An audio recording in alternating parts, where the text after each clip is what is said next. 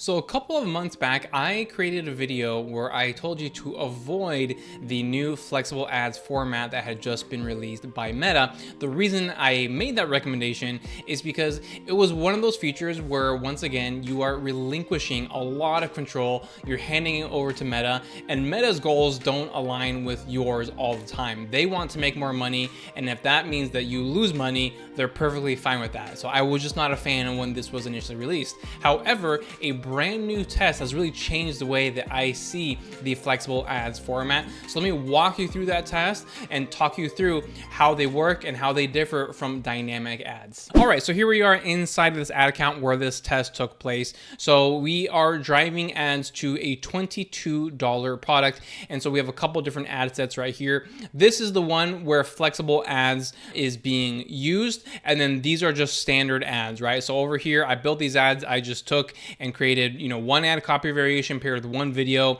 And I wanted to test and see, what variations worked best, how I traditionally build and put together campaigns.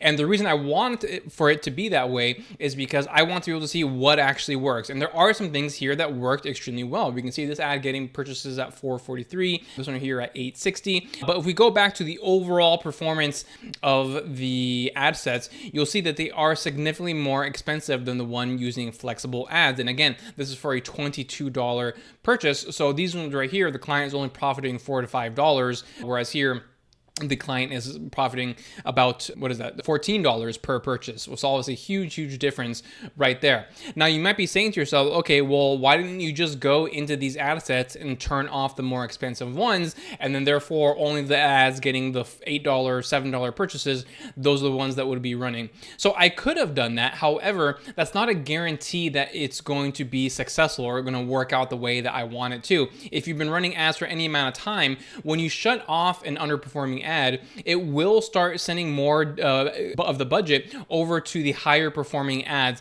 but that's not a guarantee that those are going to stay at the same cost per purchase. So it could be, and I would say even often is the case, that this one right here at a lower ad spend of $22, almost $23, it can perform well. But were the algorithm to push hundreds of dollars to that ad, it probably wouldn't get the same results. It's very likely that that cost per purchase would go way up. So that's why I opted not to go down that route. And since I was already seeing some really good results with this one over here, I'm like, okay, this one's at $8.45. These are at $17 and $18. Yes, I can try to tweak these, but it's going to take me a long time to get to $8.45. So let me just launch some new ad sets where they're all using flexible ads format. So that's what I did. I'm going to go from Friday to Sunday. There was actually an outage today, so I don't want to show today's data because it all looks bad. But here you can see here the new ones with the flexible ads format. Out of the gate, they're performing better. Now, I typically don't launch ads over the weekend, but this client did want to get these up and running ASAP. So the fact that over the weekend they went live and they're already at $16 purchases, which they got to that point way faster than the other ones did at the $17 and $18 purchases, tells me that there is something here to this test. And obviously this one here continues to do extremely well at $8.19. So if we click in here, just so you can see what a flexible ads format is, it's basically your regular ad, but you can have a bunch of different creatives, up to 10 different images and videos. Now you might be asking yourself, what is the difference between this and dynamic ads? Well, for those of you who did use dynamic ads, those were enabled at the ad set level, whereas flexible ads are enabled at the ad level. And the big difference is that the dynamic creative format that used to exist, it's still in some accounts, but they've been really phasing it out, is that it would show the ad the way you intended it, right? So if you uploaded 5 images, it would just rotate those images as is. Whereas with flexible ads, it'll take all of your up to 10 creatives, and it can be a mix of images and videos, and it'll, yes, sometimes show them in that format that you want them to appear in, but it'll also mix and match in terms of how they appear. Sometimes it'll create a carousel with all the creatives that you upload. Sometimes it'll create a slideshow with all the creatives that you upload. Sometimes it'll even generate a video out of one of the creatives that you have uploaded. So it just has a lot more capability capabilities in terms of creative power that you're handing over when you are using the flexible ads format. All right, so now let's walk through creating one of these campaigns with the flexible ads format. So I'm gonna go ahead and click on create. When you create a campaign, you're only going to get the option to use flexible ads when you're using app promotion or sales. If you choose any of these other ones right here, it will not be an available option. So I'm gonna click on that, and then here I want to make sure I'm not using catalog. Then at the ad set level, I wanna make sure I'm doing website. I got the correct pixel, and then using purchase. Now I get to go to the ad level. I'm gonna switch this to the right profile right there. And you can see the normal options right here, single image or video, carousel, and collection. But then we also see flexible right here. So I can go ahead and click that right there, and then I can click on add images or videos. I can do exclusively one or the other, and I can just come in here and select a bunch like this. These are just random ones. These are not actually intended for this campaign specifically. Let me go ahead and select like one or two more. Sure, that one's good, and then that one's good. All right, so now I can click on continue right there. So now I can see I have 7 of my 10 slots utilized here, and I can start scrolling down and see how these look. And as I said previously, yes, it'll just show the single image if that is what it decides will work best. However, if I scroll all the way to the bottom and I click on see more variations, I'll see each and every single variation that is actually possible for this inside the different placements right here. So here we are with the Reels placements, so on and so forth. And as I mentioned previously, if I go over here and click on this example. Let me just scroll down and see if I can find this specific example this one's for. All right, so it's not giving me the preview right here, but like I said, it could turn this into a video, right? Like where like it zooms out and like hovers over certain parts of the image and stuff like that, or it can turn that into a carousel. So there's a lot more freedom and flexibility that you're giving over to the algorithm.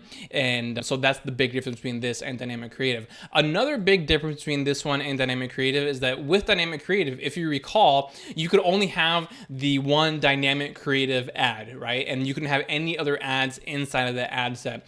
With flexible ads, you can have multiple other ads in there, right? So if you still want to have a standalone image, a standalone video, a standalone carousel in the same ad set along with the flexible ads format, then you can do that, which is a pretty neat feature. I always found that to be kind of annoying with dynamic creative. So here you can still have a lot more options to put inside of the same ad set. Hey, really quick, before we go on any further, I did want to let you know that if you want your ads to be professionally managed by me and my team, we are currently opening up some slots right here. I have a link down in the description below. We have different price points depending on where your business is. So whether you're spending only a couple $100s per month, or if you're spending hundreds of thousands of dollars per month, we have a package that works well for your business. So go ahead and click that in the description below. All right, so one thing though that is certainly a downfall about flexible ads, which is different from the dynamic creative ads format that used to exist, is that you cannot see the performance of each individual asset inside of the flexible ad, right? So when we had dynamic creative ad sets,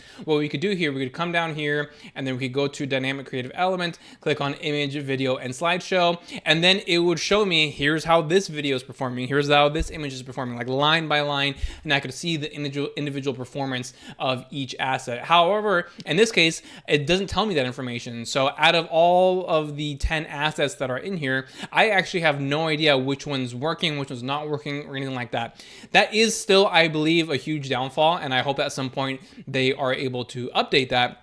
And it does make it difficult for testing. If you're doing this for testing purposes, it's going to be pretty much impossible for you to figure out what actually is working well for you. But at the end of the day, even though that is a huge downfall, what matters most are your results, and the results speak for themselves. This keeps on getting lower cost per purchase for this campaign specifically. So while I may not like the fact that it doesn't show me the performance by the asset, my goal is to get the best performance out of my clients' campaigns. And so if I have to sacrifice that, then so be it. But now that you know that you cannot see the performance of the individual assets that you provide a flexible ad, you do need to keep a couple of things in mind.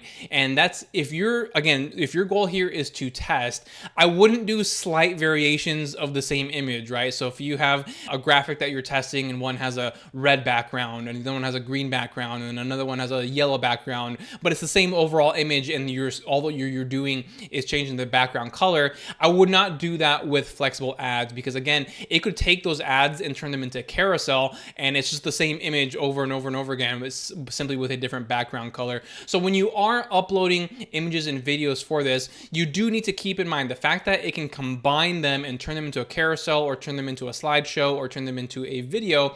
You do want to choose assets that will play nicely with each other. So again, you kind of have to be in the middle. You can't choose a bunch of assets that are super similar, but I also wouldn't choose a bunch of assets that are completely different from one another, right? One image is a city landscape where another video is mountains, right? You know, that's not going to play well with one another. You want to keep things related inside of the same flexible ad. So keep that in mind as you're putting this together. But like I said, certainly give it a try. I have changed my mind now that I have seen these really great results. So hopefully you're able to see the same results as well. Keep me posted on your test. I would love to hear how it goes for you. And as always, if you have any questions about this topic or any topic I've discussed on this channel, just let me know in the comments below. Thank you so much for tuning in, and I will see you next time.